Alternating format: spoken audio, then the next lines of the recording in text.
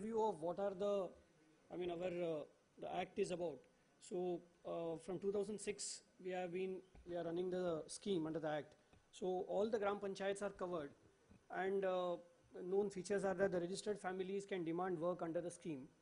And the critical part is that whatever work is done, payment has to be made within 15 days from the date of closure of the muster roll. So the muster roll is maintained weekly, and after the closure of the muster roll within 15 days, payments are supposed to be made.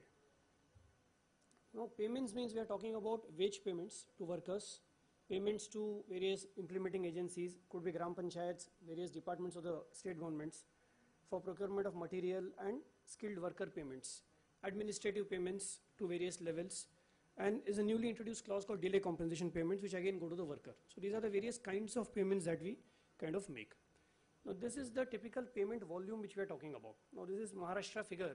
For 12-13 we had something like 2200, last year 1280, and this year around 1500 is what we are expecting.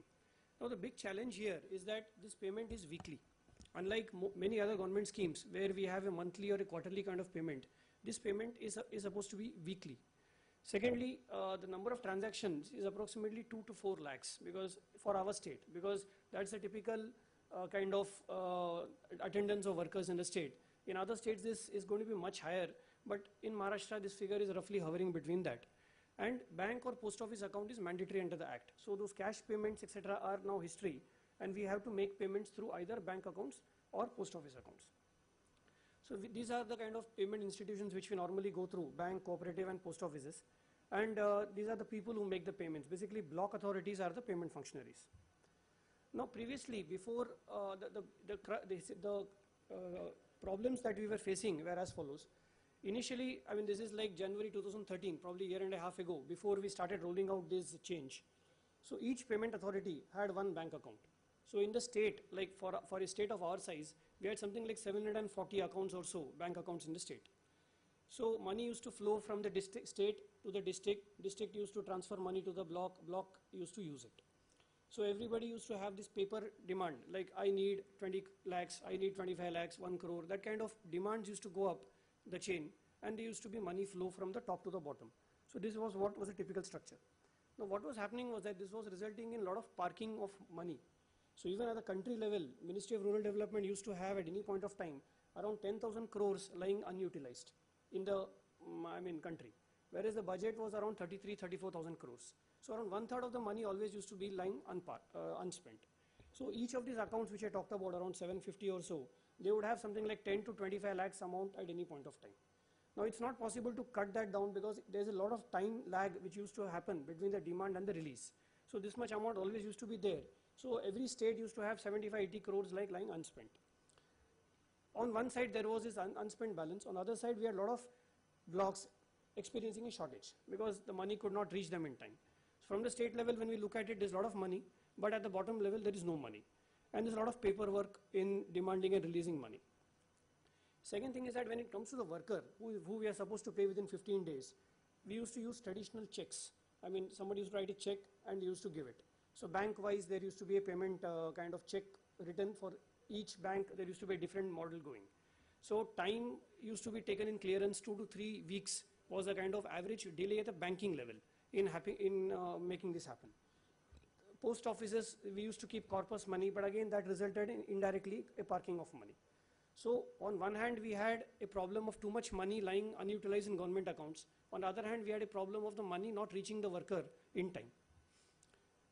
At this stage I should tell you that the scheme, the NREGA scheme has a very strong MIS orientation. So there's a lot of dedicated staff and there is a good structure with which we have. So this is one of the strengths on which we operate. So then to look at these two problems, the solution was piloted, which was in Andhra. After that, based on the success from that, the application was developed by the NIC in collaboration with the Department of Posts, and it was made applicable for the entire country. Now this is the application that everybody has started using now. Now this is basically the biggest advantage is it is payment institution neutral. It does not demand that a worker has to have an account in X bank or Y bank or Z bank or any institution.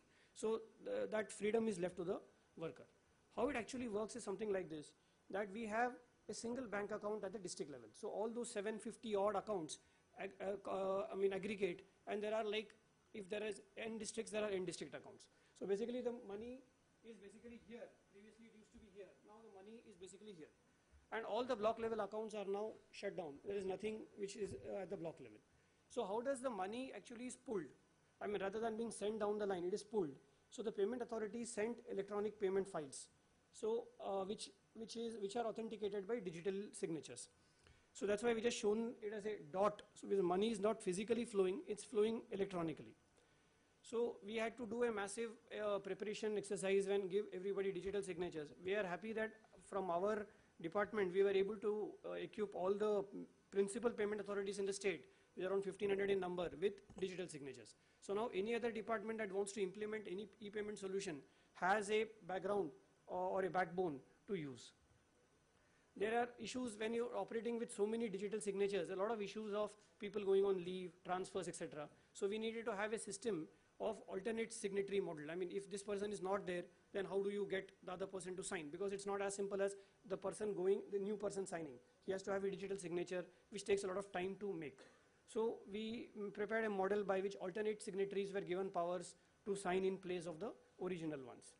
So this is typically how it works. We have a muster roll which collects the attendance, then a wage list is prepared and a payment file is prepared, which is the called a FTO, or a fund transfer order. It is then digitally signed, it goes to the NIC server, from there it is pushed to the banks, and the banks then download it and process it to their regular CBS or NEFT platforms, which is already existing. So it's like, if you do a bit of re-engineering and use a simple software model, we are able to harness the benefits of the banking solution. So all the payment files are processed through the core banking or the NEFT platforms, which is the National Electronic Fund Transfer Mechanism. So the instant credit is happening to the worker account. So on a day, if we are able to generate a payment file on date T0, within say 3 days, we are able to ensure that the money reaches the worker. In fact, it's even happening much faster. T+1 or T+2 is a standard norm, but then is practically we are able to achieve. But then we have just fixed the norm for the sake of any contingency. In case of post offices, it takes slightly 1 day more, because there is a slight circuitous model there. Because we need to generate 2 payment files. One, the bank gives credit to the head post office, whereas the detailed file goes to Mysore, which is the principal postal server, and from there it comes to the districts and then it gets credited. So it's a slight 1 step more mechanism in the post offices. So the biggest benefit is that of the feature of the scheme, which I would like to highlight, is that it is payment institution neutral. So the worker is free to choose any institution that they have, so it can work for all of these, and we are using all of these models. Cooperative banks with IFSC code, without IFSC code, post offices, banks, etc. Payment delays have been drastically cut down from 15 days, we have just come down to 3 days or so. And the entire process is transaction based. There's no post-transaction MIS, so everything has to happen in MIS mode. So the details are entered first and then the payment is made. So there is no issue of somebody not doing the MIS subsequent to the transaction. So recently what we have done is all the district level accounts also we have closed, and now we have migrated to a state level model. So there is a single account at the state level from which all the payments to all NREGA workers are happening in the state. So this has helped us to cut down the parking further. So around 100% payments almost we can say now are happening through this model in Maharashtra. And the transactional volume is what I would like you to ponder on. It's like 66 lakh transactions or so since 1st April. So I mean, it's looking at very high volume of transactions, and its model is able to deliver. Around 593 crore payments are what we have been able to do this year. I mean, we are 4th or 5th in the country in this. There are other states which are doing much more than this. So the challenges which we have been facing are, first point I've already mentioned, a lot of changes, frequent changes at the officer level. So getting digital signatures, etc. is a problem. So we need to kind of put in place some mechanism to improve that wherever it is employed. Bank level, there are some minor technical glitches where the money doesn't go through. It's happening in 2 to 3% of the cases, but it's still there. And transaction volumes are really very high, even for banks to handle. That is something which we are concerned about. In the pipeline, the last thing is that we need to move to the Aadhaar payment bridge from now. So instead of doing on an account number based model, which we are now doing, we are crediting the bank account numbers. Now we will have to start using the Aadhaar payment bridge. So that is the next thing that we are kind of contemplating, and that will go through in another 6 months or so. So it is a very good solution that is there. It's readily available and can be used. Just recommend that everybody look at it whenever they have to make bulk payments to disaggregated beneficiaries at the GP level. Thank you.